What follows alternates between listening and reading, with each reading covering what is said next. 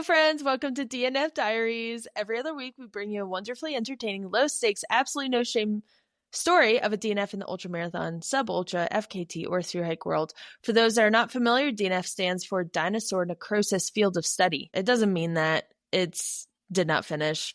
And you probably knew that already. We're accepting DNF stories through our email, dnfconfessions@gmail.com. Or you can slide into our DMs, slide right into them on our Instagram, dnf.diaries.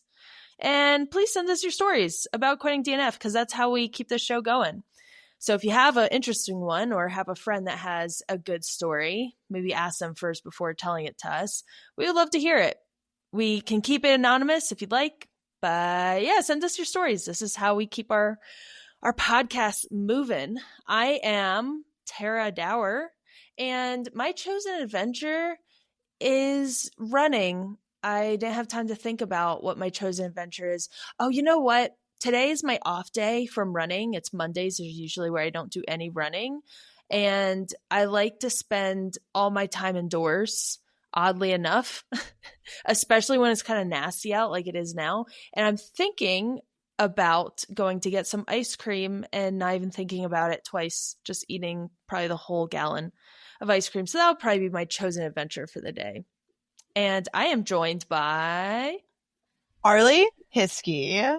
Wow. I just want to circle back to this ice cream situation. Ice cream is the best choice every day, always. It's such a good choice. You should do it. Yeah, absolutely. I'm probably Mondays are also my rest day. Mm-hmm. And I'm also probably going to have ice cream tonight. Currently in the freezer is Ben & Jerry's Gimme S'more. So we're going to dive into that a little bit. Oh, good. Later. Good. Yeah, make sure you eat that whole thing. Yeah. But my chosen adventure this weekend was a little bit of light schwacking, as it tends to be even when on trail in the Adirondacks. I prefer to always be on a trail, and I was, and it was still a bit of schwacking. Wow. Yeah. That seems very typical of the Adirondacks. I guess we'll get into it a little later with your short story about a run. I don't know if you're going to be talking about that one. But yeah. I will be. Okay. Well, thank you, Ultra, for sponsoring. This is so great. We couldn't do it without y'all. So thanks so much. We're going to get into Ultra. Yeah, I love them. ALTRA and ULTRA Ultras. So we're going to get into like news and updates, short stories about runs we've been on recently. And then what we do is we go over that, we banter a little bit, and then we get into our story time. If you've never listened to one of our stories before or one of our podcasts before. But I'm going to start with some news. I don't have a lot, but we haven't done a podcast in about, was it 3-ish? I think it's been 3 weeks. Yeah. So we have a lot to catch up on, but I was like trying to like look for, there's a lot of news, but it's a lot of like small news. So I just picked out some things that like I'm particularly interested in, but I went to Western States training camp. I don't think we talked about that, did we? No, I think we recorded right before you went. Oh yeah, you're right. And that was so much fun. It was so great. We did 70-ish miles of the course, Robinson to the finish. And it was so much fun, so hot, so competitive. There's so many fun people there. I had such a great time. And I met so many great people. Thank you to everyone who came up and said how much they liked the podcast. I know it's going to be so exciting because Arlee is coming to Western States. So they'll be able to meet the dynamic duo. Also, Rasky's going to be there. A lot of people are going to be there, but Rascal is going to be there too. Oh, wait. I was about to say, when was the last time we were all together? It was like a month or two ago. It was in Arizona. Yeah. So I guess it wasn't too long ago. But yeah, if you guys are at Western States, look for me and Arlee. We're going to be there. Well, I'm going to be racing. Arlee's going to be hanging out. I'll be there. Doing more than hanging out. Yeah. But, so we haven't really had podcasts. My dog got put down. And that was so sad. And I just want to like make a little note. Like sometimes I'm not feeling super funny. Like, especially this year has been like a really rough year for me. And sometimes I'm not feeling too funny. But whenever I get on this podcast and I can see, you guys can't see Arlee, but I can see Arlee. Whenever I see Arlee, my mood definitely changes. I'm just so thankful for our friendship, and I'm thankful that we have this time together. Even when our dogs pass away or, things happen in our lives, this is definitely something I'm looking forward to. And I'm thankful all of y'all listen and get to hear our fun bantering. So we'll get right into that. Unbreakable 2 is dead. Wait, hold on. Oh, okay. Let me friendship right back at you. Okay. That was so sweet. Oh, you bring so much part of my life also, Tara. Star. My gosh. And I will never forget, speaking of your dogs, not your feet, your pets, that you paced me and you said, okay, well, I'm just going to give you a podcast of my life and go through every single pet my family's ever had.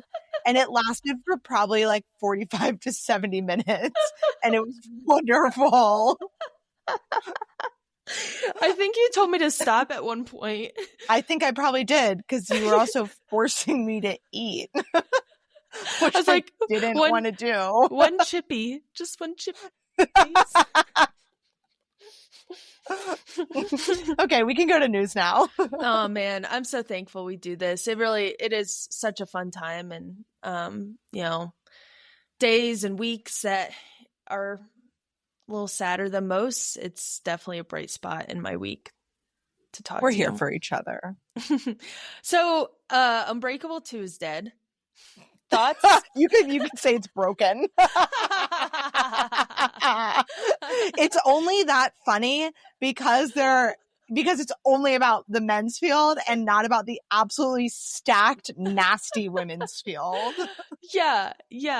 And it seems that all the men are breaking. And this is, it's all humor. Like, I feel for Jim and Hayden, and John Ray actually pulled out too recently. And so like really, really sorry to hear that. But like, total obviously, bummer. Yeah, big bummer, obviously. But also like Unbreakable 2 being dead, like, okay, that's fine. Maybe here's a conspiracy for you. Okay. Maybe they dropped out after so that they can pace Killian, who's hiring pacers. Wait, is Killian hiring pacers? I believe that he he's like put out an advertisement that was like, I need pacers, apply via like normal.com, his shoe brand. So maybe these boys all dropped out to pace so that they could pace Killian, I don't know, in exchange for like fame and glory, a white tracksuit. I'm not sure. Do you know who else applied? No, I don't even know if these guys applied. Rascal applied. Did she really? Yeah. There's been so many memes on Instagram about people applying to be Killian's pacer. Dude, what do you think that looks like? It's kind of like, buddy, you like, maybe when you're that fast, like, you just don't get pacers because you're too fast. Like, Katie didn't have pacers last year at Western. Mm-hmm. Like, she was like, I'm good. And you know what? Katie's from New England, so yeah, she is. She's built different. She is, man. She is. They're like, yeah, it's like totally a European style. She's going Euro, not doing pacers. I'm like, she's also just like, from Maine, from the US, and she's just like, she understands technical trail, and she looks at Western States California carpet, and she's like, I'm good. Freaking sidewalk? I don't need a pacer. This is a horse trail. Yeah.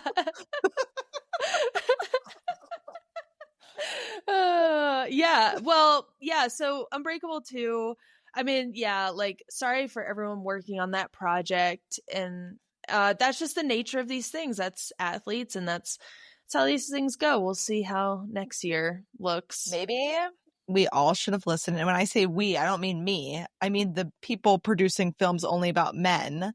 Maybe they should have listened to Taylor Swift when she sang about karma, because it does feel like that's relevant here. When I was at Western States training camp, I met a woman. I won't talk too much about it because I actually don't know if it's like out and about if they're talking about it. But there is a woman and, you know, a group of women who are, something's in the works, something really great's in the works. Oh my gosh. Yeah. I'll be on the edge of my seat until then. Yeah. So also USATF Mountain Running Championships. Yeah. We're in a Sunapee Scramble in New Hampshire. What? It was like true New England condies. Really? It was like rain, mud. It was, everything was wet. That sounds about right. Yeah. So David Norris, Mason Copey, Taylor Stack, and Cam Smith earned their spots on the Team USA. When in the women's field, Anna Gibson, who ran Zagima, won in front of Allie McLaughlin and Lauren Gregory. So that was really cool to see, you know, the Northeast getting a big race like that and seeing the runners. I think was it David Norris who lost his shoe? Yeah, like on the first climb or descent. It was like early on, his shoe like flew off, and like I guess he found it and put it back on. We're not going back to barefoot running, so yeah. So that was really fun to see. I love seeing more races happening on the East Coast. It was a battle. It was great. Yeah, Nick Fowler is back on the PCT, but in a supported fashion. So for those that don't know, Nick Fowler has the self-supported PCT record. He is a baller on the trails. He is like, he goes there. He is tough as nails. And he graced me with his presence. He called me up and was like, hey, I could use some advice on this. I was like, you're talking to me, dude. You're so advanced. Wow. Yeah, he's really cool. So I'm really interested to see what happens. I actually haven't been on Instagram a lot lately. Arlee, it seems that you've been watching the attempt on Instagram. Yeah, I've been scrolling, you could say. So one of Nick Fowler's crew members is Josh Perry, who I think also holds a self-supported record on the PCT. I think that Nick Fowler holds the northbound and Josh Perry holds the southbound. Or maybe they both, maybe it's the other way. It's the other way around, I think. Okay. Okay. Are you looking it up? No, I can look it up though. Oh, okay. Well, either way, we'll confirm that in a moment. Josh Perry has been posting updates on his stories, his Instagram stories every day, and just absolutely roasting everybody, primarily Nick Fowler. And it's so funny. Everyone should go follow him and watch these stories. He's like, yeah, Nick over here practicing his cat-cow, dry heaving in the shade every day. He's like got an ad out for like a pacer through the Sierras who can like rip 65s with a 20-pound pack. And it's just like, it's pure comedy and it's so good. And like, we're all rooting for Nick Fowler. Oh yeah. He's a pretty legit guy. If you don't know who Nick Fowler is, you should check him out. But I looked it up. Josh Perry has the self-supported south to north record, 55 days, 16 hours, 54 minutes. And then Nick Fowler has north to south, 52 days, 9 hours, 18 minutes. And that was in 2023. And Nick Fowler also has the FKT on the Arizona Trail. What? Yeah. So cool. He is like a really cool crew behind him. So if you're not following him, definitely follow him. And then we haven't talked about this yet, but John Kelly started on the Appalachian Trail going after my FKT. How am I feeling? Mixed feelings is how I'm feeling, if you've been wondering. I think when you go after, you know, a record like the AT that is, you know, so near and dear to my heart, I mean, a lot of these people that are around the Appalachian Trail in general, it's like the trail feels very personal to them. And especially people with like FKTs who've done FKTs, like people I've talked to, like Warren Doyle has done an FKT in the 60s and is still super involved with the AT. Liz Durstein, my friend. She's, you know, very passionate. My old coach, Carl Meltzer, everyone who has done these records on the trail, excluding like maybe a couple, you know, they stay very close to the community and the trail. The Appalachian Trail is so close to my heart. And this record was so such a special time in my life. I got to spend time on trail with some of the best people, pacers and my crew. And I just, I had a memorable experience out there, one that I can't really define in words. And I have had that record since September. It is June, so it's not even a year yet. And I'm looking at the possibility of this record that is very near to my heart. It's a possibility that it won't be my record or my team's record anymore. And that, I feel a little sad about that. I think that's natural to feel that way. If anyone says otherwise, that they're like, oh yeah, I don't feel sad about that, I think they're lying. But at the same time, on the flip side, I am really excited to see what John can do out there. Of everyone I've talked to who have attempted or talked about attempting an FKT on the Appalachian Trail, I think John has the best chances of putting down a really solid time out there, and has, like, he knows what he's getting himself into. He has proper expectations. He's got the fitness, obviously. If you know John, he's got the fitness. He's got the mental side, and he's got the community around him too. He's not this guy who just comes out of nowhere and doesn't know anything about the Appalachian Trail and tries to set a record. He lives in Boone, not far from the trail. He's a frequenter of the Appalachian Trail. He knows the community. He knows the trail really well. So of all the people, I think it could go well below 40 days with him. So mixed feelings about that. Obviously, I would like to have it for longer, but I don't think we get an opportunity like this with somebody like John that could put down a solid time.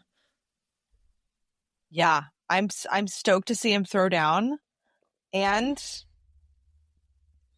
yeah, it's like a bittersweet thing. Mm-hmm. Yeah. Stoked for the throwdown, but also I'd die for you. So, yeah, it's don't cross Tara. Yeah. So we'll go into our short running stories. I don't really have a super memorable one from the past couple weeks. I have been a little sensitive lately, especially with Western states so close, especially with so many things happening in my life. It's just, I've been trying to protect my peace. And every time I stumble on trail, that doesn't really bother me normally, but I'm getting a little sassy. You can say that. I'm having moments out there whenever I trip. So I'm trying to keep my peace. But Arlee, I know you probably have a great story from the Adirondacks. Oh my gosh. Yeah. Thanks for asking. I've been waiting. My friend Maya and I went to the Big Daddy Dax this weekend, and we had such a great, incredible time. Oh my God. It was so great. So great. We, went on these nasty, gnarly trails, hopped over and through mud and through trees, over 1,000 blowdowns, and 100,000 feet of slab. Ew. And did you guys go 3.5 miles in 10 hours? Okay, so it actually did take us 2 hours to go 3 miles. Oh, at one point.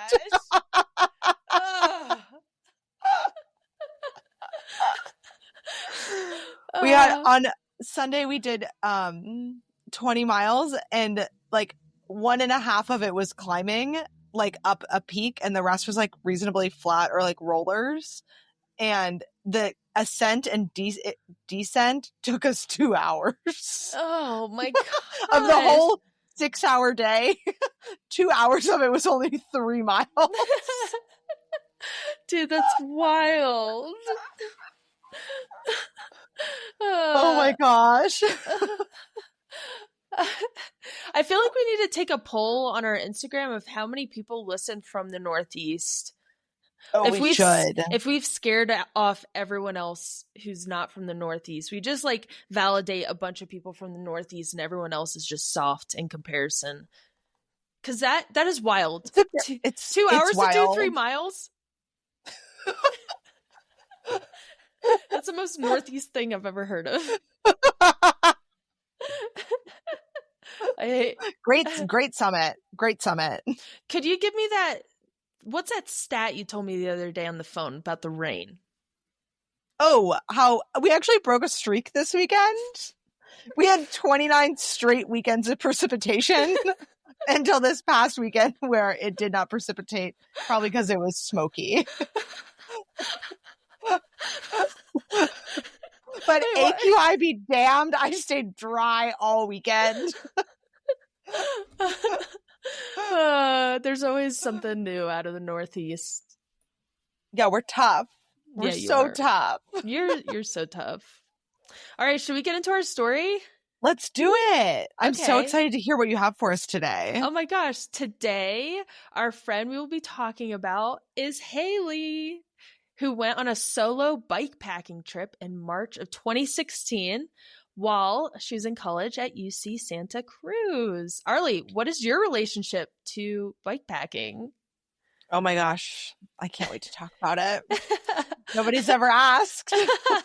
So my relationship with bikepacking is that last spring in 2024, I got hurt from running too much, likely. Was that what kind of injury was it? It was. Should I have gone to the doctor? Probably. But instead I didn't. And I used my own intuition to heal myself.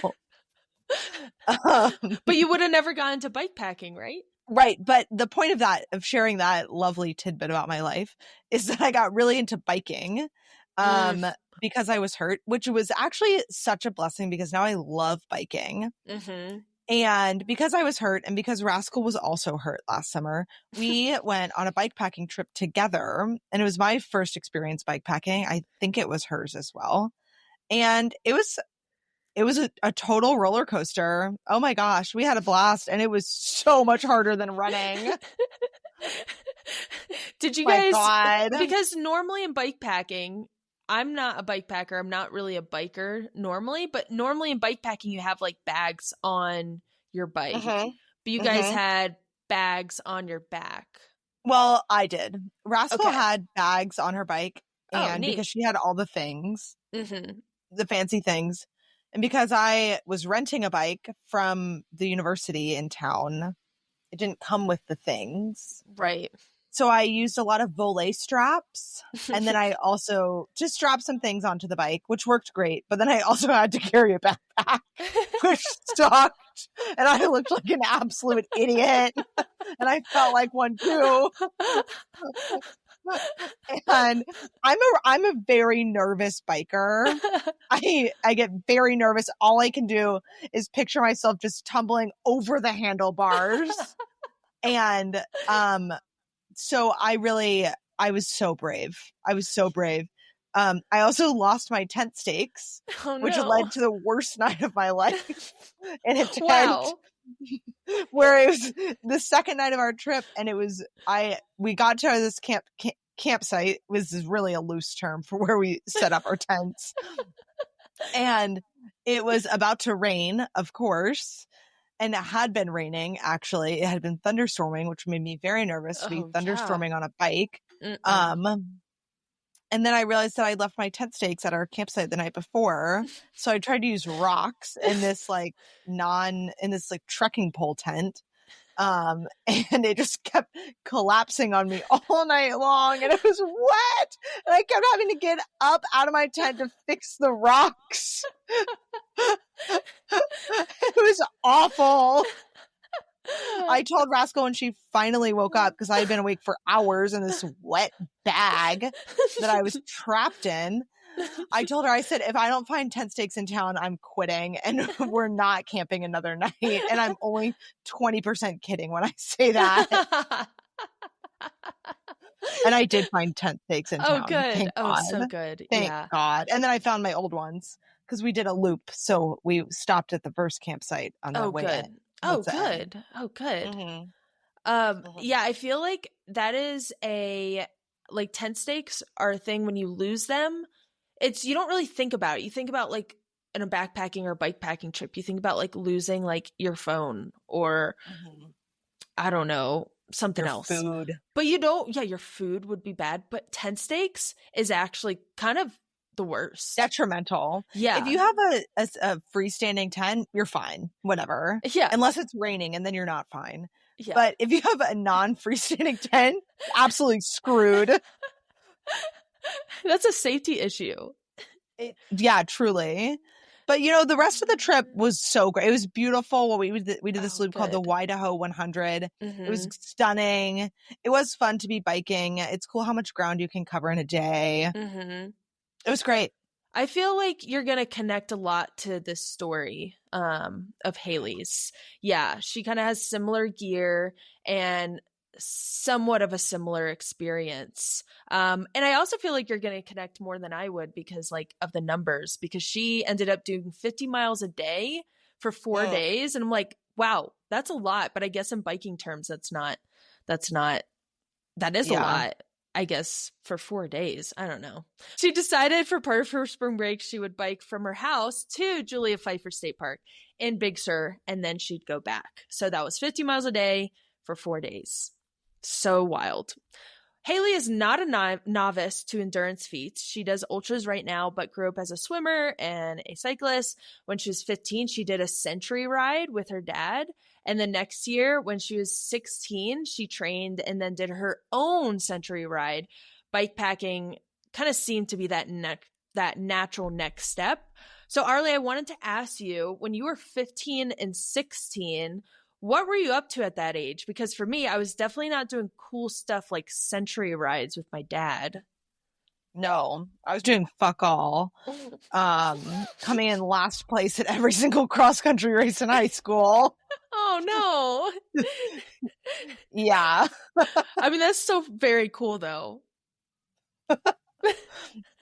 I mean, I guess I knew how to ride a bike, but I wasn't biking.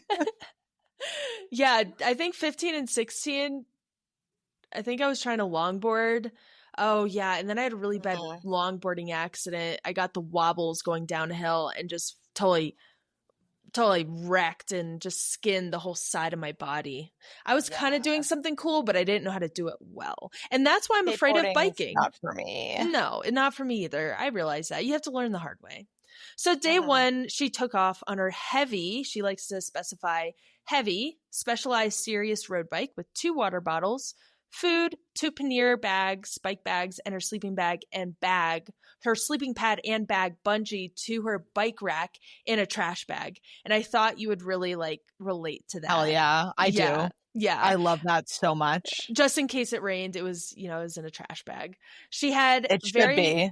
Yeah, I mean, that's smart, honestly. She had very little understanding of ultralight at the time, so she would probably go ahead and call it ultra heavy. We've all been there. Totally understand. Google suggested a route to Monterey, so she planned to spend this night with some family. Her uncle was very sick, having had a stroke not long before this, so she wanted to stop and see them in Monterey if she was able to. The route to Monterey follows along Highway 101 and even ventures into the highway at times.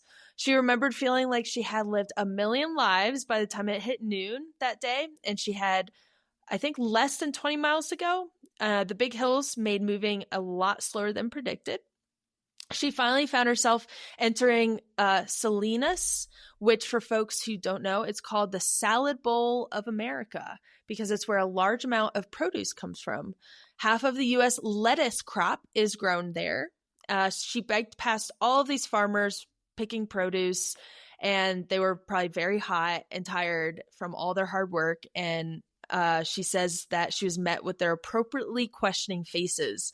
Like, why is this girl biking here right now? As she was making her way through these side roads, at one point, a huge semi-truck drove past her, intentionally swerving at her.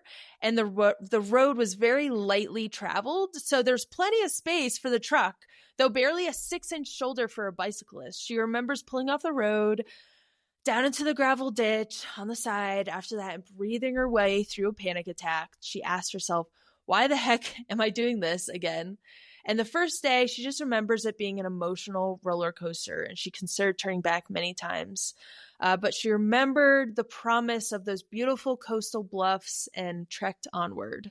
So Arlee, it's not if, but it's what. What sort of punishment should be given to those intentionally swerving towards people on roads, like runners and bikers? What should their punishment be? Oh my God. I would like it if I would like it to be a punishment that I don't see because I want them to be far enough away from me, right? That like we don't ever interact.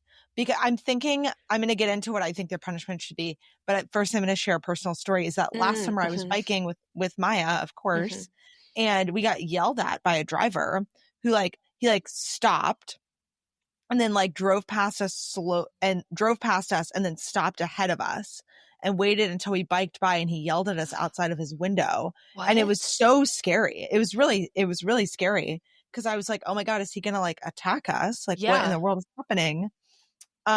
Anyways, so that's why I would like the punishment to happen to them, like away from me, I just away from me. And, I'd like them probably to get a flat tire. Like nothing where they're like hurt or like something bad is actually happening, but I want it to be super inconvenient. And I want them to be like, oh my God, this is because I yelled at somebody who didn't deserve it. Yeah. I would have to agree with that 100%. Like a way that the tire is, it can't be patched. You go to the tire shop and they're like, hey, you got to buy a whole new tire. Actually you need to buy 2 tires because you can't just buy one. So I want it so they have to buy 2. Or I want like their air conditioner to break or like the gauge for how much gas you have. I want that to be broken so that they never know. And they're constantly living in fear of running out of gas or they're constantly hot because they have no AC. Something like that where it's like really inconvenient, but it's nothing like bad, have you ever watched Little Miss Sunshine? No. Oh, you need to watch that. Put down your list right now. Watch it tonight. Yeah.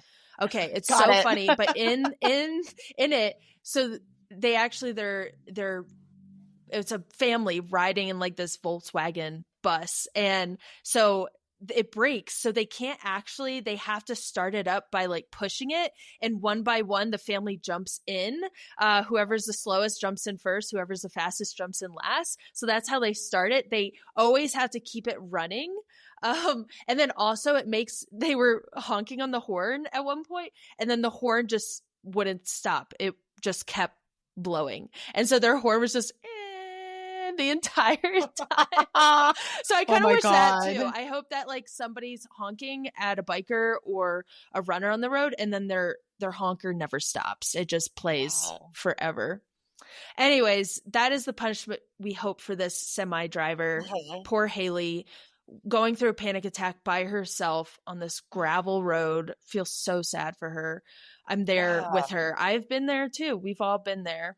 But anyways, good news. In little under 2 hours, she pulled up into her family's neighborhood and was greeted by their smiling faces. After a much needed shower, she shared her stories from the day. Her aunt made her a big bowl of pasta with fresh veggies, all grown locally, and they ate together with her uncle. Day 2, she woke up and ate some breakfast, preparing for the day while her cousin checked her uncle's insulin levels. Her uncle had lost the ability to use less than 50% of his facial muscles, so speaking was incredibly difficult for him. And though he had made a ton of progress in speech therapy, she remembered that morning he told her, be careful. And it meant a lot hearing that from him because it was so strenuous, physically strenuous for him to speak. And she just like felt so good going into day 2 because she knew he was cheering for her. So with that renewed sense of comfort and support, she took off for the day for that next part of the journey, which she was actually really excited about because this section was what she was looking forward to, is that section from Carmel and into Big Sur. I've never been to this area before, so I looked it up on Google. It's incredible. It's beautiful. There's like cliffs. There's the ocean. It's just an incredible scenery. There's sweeping coastal views, and you pass iconic areas like the Bixby Bridge. And looking at the road she would ride, it was, like I've said, it's beautiful, but it's also incredibly sketchy. So I was curious and I looked up how many fatal crashes there are. And in 2022, there's 128 deaths on the highway. But for some reason, when I type it into like Google, when I ask Google a question, which is really AI, that AI overview, they say there's like an average of 800 to 1,000 fatal crashes a year, which I'm like, that's way too many. So combined the wind, the curves, and the deadly cliffs, it makes it incredibly dangerous, especially for a biker. I mean, just look up Highway 1 car crash and news stories will litter your screen with tragic stories. Gosh, so that's this so is scary because that's yeah. like such an iconic bike route, right? Down Highway 1 from like Washington to Mexico. It looks Yeah. terrifying. This part looks very scary. It's not something I would be stoked to do, but it's incredibly beautiful. So Arlee, how are you feeling about this route, like this Carmel to Big Sur, or this to Julia Pfeiffer Park? I feel worried for this girl. Yeah, I feel worried for her safety with these erratic drivers on these atop these long plunging cliffs with only two wheels beneath you. I hope she's not wearing clipless pedals or whatever they're called. God. So yeah, she says the ride was beautiful, same breathtaking coastal views. She learned a lesson that day she will never forget. Take note of the elevation gain and climbs in her route. So she knew she'd be climbing along this route, but she was not prepared for the big rolling hills of Highway 1 along the coast of Big Sur. The winds were 30 to 40 miles per hour, and to her right was a sheer drop off 30 feet down to the rocky ocean, making the downhills absolutely terrifying. So Arlee, have you taken any mental notes during like exceptionally challenging routes or feats of endurance that you're like, oh, I'll remember that, like probably won't do this again or do this under this kind of circumstance? I don't know if I've ever thought like that during an effort. I think mostly when I am really scared or intimidated, like but I'm like in the middle of an effort, I'm not really thinking towards future Arlee. I'm thinking more of like, oh my God, I'm probably going to die right now. I'm so scared. I'm so worried that I can't do it. I don't know what to do. I guess I should just keep moving. There seems to be no other option. But I'm not really thinking towards the future. I might be thinking, wow, I wish I wasn't here right now. But I think it's not really until later on that I'm like, I would never do that again. Or like, yeah. Maybe bring a parachute next time you're on Highway 1 and, get pushed over the side by one of the 40-mile-per-hour gusts of wind. Yeah. It's probably what I would remember. People were shouting things at her and even honking. And she says that she was sure that they were like methods of encouragement, but they made her feel incredibly on edge. Thankfully, there was ample pull-offs along this route. So she stopped and collected herself just like she did after that semi almost hit her. So she did have time where she could kind of like chill out a little bit. So she made it through that main section right on the ocean bluffs and started to make her way inland towards the state park where she'd camped that night. And I asked Haley why she chose Julia Pfeiffer State Park, and she said, I didn't spend much time in Big Sur since moving to Santa Cruz, since I don't have a car at the time. So I felt that it would be a meaningful trek to make. It was just far enough to feel accomplished, but not far enough or not so far that it would be unrealistic to do on my own. So she did make it to Julia Pfeiffer Park in the afternoon after stopping at a local convenience store to get an extra big and cold Sierra Nevada pale ale. Love that. When she pulled up to the campground check-in, she found that her coworker at UC Santa Cruz was there and his partner was there and they're staying for the night. So Joe and Elizabeth invited Haley to come hang out and do like a short 3-mile hike to Waterfall from their camp.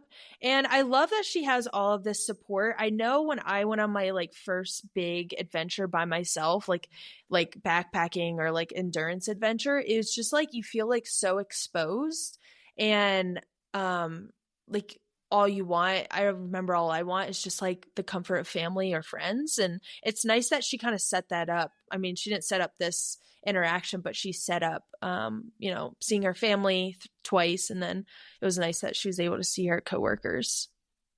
Day 3, sorry, go on. I would say that's just so nice. I feel like the comfort of people that are like welcoming and lovely and like familiar makes such a huge difference to like how you feel after like a big, like scary or like really hard experience. Yeah. And that's why I think it's so important. If I ever become president one day, I think it's so important for everyone to go on like, do some sort of endurance thing if you're able to, if you're able bodied, like go on a backpacking trip or, go on like a solo adventure. And then when you get back from that journey, it's just like you have so much more appreciation for not only like your life, but also the people in your life. Cause I mean, it's a great feeling to be out there, but it's also just extremely exposing. So I totally agree. I think like the comfort you get from friends and family until you're actually tested in that way, you don't really know how much their support and comfort means to you. So I totally agree. So day 3, she had slept quite well the night before and woke up really early to tackle the journey back to Monterey. She was remembering how scary that section along the ocean had been, but was optimistic about being on the inner edge of the road instead of the outer edge, right next to the 30-foot drop off. And I think it's so funny. It's like she's just this typical in the best ways, like this typical endurance lover. I just remember like getting into it.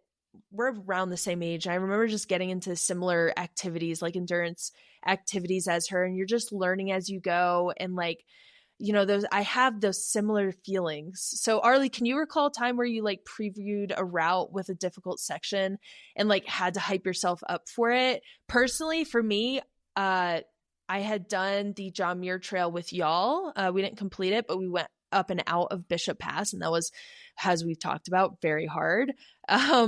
But the next year I went back and we had to do Bishop Pass to get our resupply.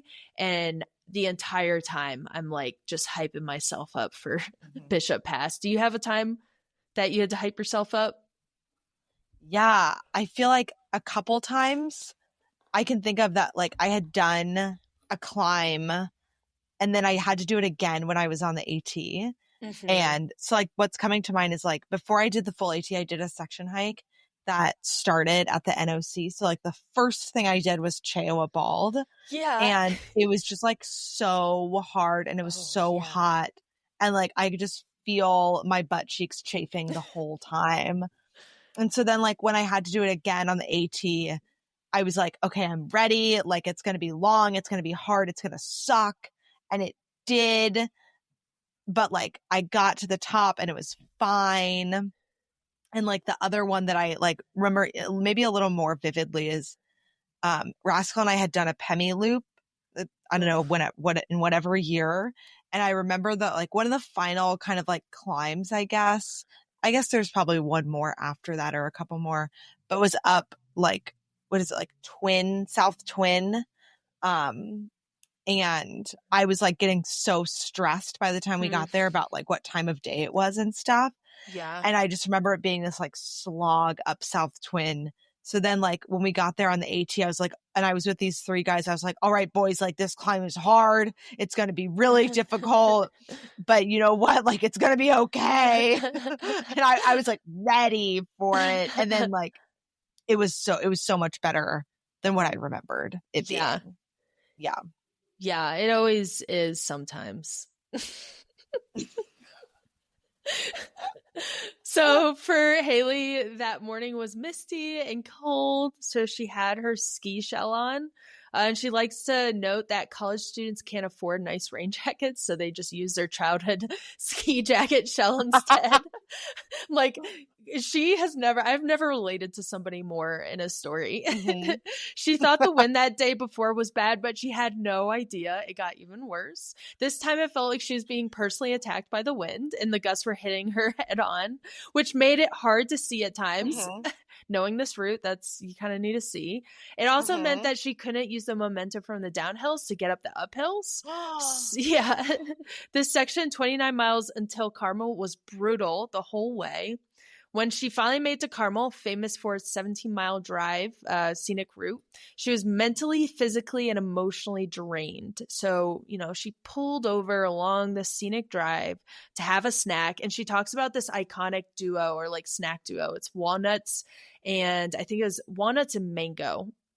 Never heard of that before. But, well, I can't have walnuts anyways. But if somebody's looking for a new snack, Haley says walnuts and mangoes is the way to go. But she pulled over to have the snack. She was going to have a snack. She was going to pull off and like look at the views, enjoy the ocean view at this lookout spot. As she was munching down, she noticed the judgmental and disapproving faces of all the rich, clean city folk.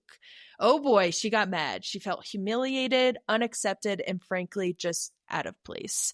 And Arlee, I just wanted to ask, has this ever happened to you? Have you ever felt that feeling that you're just being judged at, on a particular route in the middle of something very hard and you're maybe a little dirtier than most around?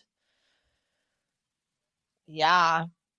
I think so many times I've like been in the middle of something, whether it's like a run or a through hike or something like that. And I'm just like alone and just like feeling insecure about like my abilities or like, how fast I'm going or far, whatever it is.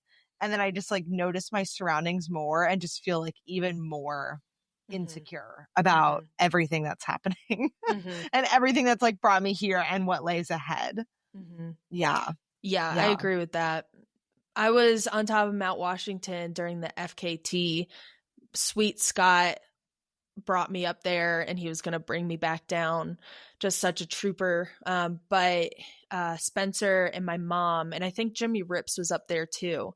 They're up at the top at Mount Washington. If you don't know, Mount Washington's this iconic mountain that's like super deadly, but somehow it has a visitor center and a train that goes up there and people just come hang out. It's like it's like the mountains should be taken so seriously, but at the same time, anyone can get up there and like any clothing, it's incredibly exposed. So like we're at the top here, I had gone through it the night before. I had just come off the Wildcats and it was just like, it was real rough. And we go into this area. It's the same time as like one of the trains is getting up there. So everyone's unloading from the train and I'm just sitting in this area and I know I'm smelly. I haven't showered for 9 days and I'm just looking like I've seen a ghost and, they're changing my shoes and socks and I know I smell so bad. And I go into the bathroom by myself with these big Crocs. I think they're Spencer's Crocs. And it's just like, I look at my face in the mirror and I'm just like, who is that? And then I look around and it's just like people just wondering the same thing. It's like, wow, I need to get back on trail. So back to Haley. She did finish her snack and she left. She trudged on to Monterey. Her mood did not improve though. She began to feel the sting of windburn. I've never had windburn that I remember. So I had her describe it to me and she says, windburn feels like oof. She put that in quotes, oof. It stings and feels warm like a sunburn, but in my experience, it doesn't peel. Similar to a sunburn, it also zaps your energy. When she made it to her family's house again, well, what they saw probably concerned them. She groaned at the thought of proceeding the next day while talking with her family. She had already completed the part she was excited about, the section to Big Sur, camping under the stars, and she had nothing to be excited about for that last day. That she almost got hit by that semi truck. The prospects of potentially being hit again, and just I don't know if it was boring. She never said it was boring, but just like finishing up this great adventure. She was beat and she was also severely pessimistic from the day. Her cousin piped in and was like, I was thinking about driving to Santa Cruz tomorrow. I would be happy to take you and your bike back. She took a deep breath and was she going to quit? She asked that question. She's like, am I going to quit? She didn't consider herself a quitter. She didn't then, but she now has both a master's and PhD. She has never DNF'd a race or really anything before this. She has bailed on multi-pitch rock climbs when the weather was turning, but that felt like an obvious decision that was out of her hands. Ultimately, this time she reasoned through it and found that A, she wasn't doing this for anyone but herself. B, she had already accomplished the parts of this that was the most important to her. C, now she could have a fun 1.5 hour drive to Santa Cruz with her cousin instead of an 8-hour slogging on the bike. So she opted for the ride. Personally, I feel that I can be blinded by accomplishing something hard that I have set my arbitrary sights on, like incredibly arbitrary, bold in caps, arbitrary. In reality, it's an abstract, random idea that at the end of the day will only be a success because I finished it, but possibly not because I enjoyed it. I'm talking specifically about like routes or like challenges like this one Haley did, not like races or FKTs. Sometimes I feel I need to think like, what are my actual goals going into this trip or going into this route? In my opinion, it would be much more valuable to make a decision to DNF or based on the goals for the trip, not about finishing. So I feel like the question of what would you do differently not to DNF doesn't really apply because I think Haley made the best decision for herself and she got a really incredible adventure and story out of it. So I think like she should feel plenty accomplished by doing that. I mean, I couldn't do a fraction of what she did on the bike. I'm afraid of bikes and wind and cliffs and plunging coastlines. So, Arlee, how are you feeling about this story in the DNF? I love her decision-making process at the end. I think like thinking of like, okay, I'm being offered this like lovely comfort of a ride, but like, what did I come out here for? Have I gotten what I came for? Okay, I have. Great. Let me get in the car. I just think that's a lovely process. And like, I think it's so easy, and I don't think it's bad to like want to accomplish something just to do it, right? That's not a bad thing. But I think that like I just really like how she thought more holistically about like, what have I come out here for? Did I get that? Do I feel satisfied with it? Do I like have to put myself through this last day, or can I just like be set? Yeah. I like that she included that she has a master's and a PhD, and then she proceeded to include point A, point B, and point C. I'm like, that's totally what a highly educated person would do in analyzing this kind of thing. But to finish, I am happy to say Haley is still very proud of what she did. She did not have the most ideal gear. She likely did not fuel optimally with the mango and walnut combination. And she probably should have been more mindful of the terrain. But she aimed to bike to Big Sur on her very first bikepacking trip. And she aimed to show herself she could do it alone. And she talks about how it was an unnecessary challenge, but she looks back on the journey fondly. The tendency to do something somewhat extreme has been a theme in her life, again, so relatable. And she thinks this was her first big solo adventure. She did it. And that was 9 years ago, and she was barely 21, and she freaking sent it. Haley's pretty cool. But to finish up, Haley wants to dedicate this story to her uncle, Mark. He was a goofy guy and was always cheering her on. And his mismanagement of diabetes unfortunately resulted in his life ending sooner than it should have. Diabetes is a huge burden for anyone to bear, and she can't imagine having to constantly manage glucose levels, especially for the high stakes implications of mismanaging. And she wishes there were better solutions. So this goes out to Uncle Mark. And thank you so much, Haley, for your story. And we would love to hear your story too. So again, write into us. Any stories, bikepacking, hiking, backpacking, through hiking, running, rollerblading. Give it all to us. We want it. No ultimate frisbee stories. I will not read it. Maybe a horse packing. Horse packing. Love if we got horse packing. As long as no animals die, I will. Yeah, we can't have as long as the animals are okay. That's all that matters. Yeah. Oh, Arlee. So what did you think about the story? Did you like it? It was great. Oh, I'm always in awe of people who do endurance things when they're so young. Yeah. It makes me feel like such a late bloomer in terms of like being an endurance athlete. And I also love to hear it. I think it's just incredible. Yeah. What was your first ever like endurance thing that you did? I ran my first marathon when I was 26. Oh, so cool. With Russell. Was that? Oh, right. I remember hearing about that. I didn't know who you were at the time, but I remember hearing all about that journey. Yeah. Incredible. All right, Arlee, what's your Instagrams? Yeah, you can find me at a.hisk on Instagram, and that's the only place you'll find me. Well, I'm What about Tara. you? Oh, yeah, I'm Tara.Dower, Dower. And then we are DNF.diaries on Instagram as well. Follow us. I just posted a tribute last week of Benji. So run to the comments and throw in a RIP for Benj. I think that's it. Arlee's taking on the next story in Be 2 back in weeks. 2 weeks. Wait, 2 weeks. Two I weeks think is it's good. gonna be the week before Western. Oh my gosh, wild. Okay. I know. Wow.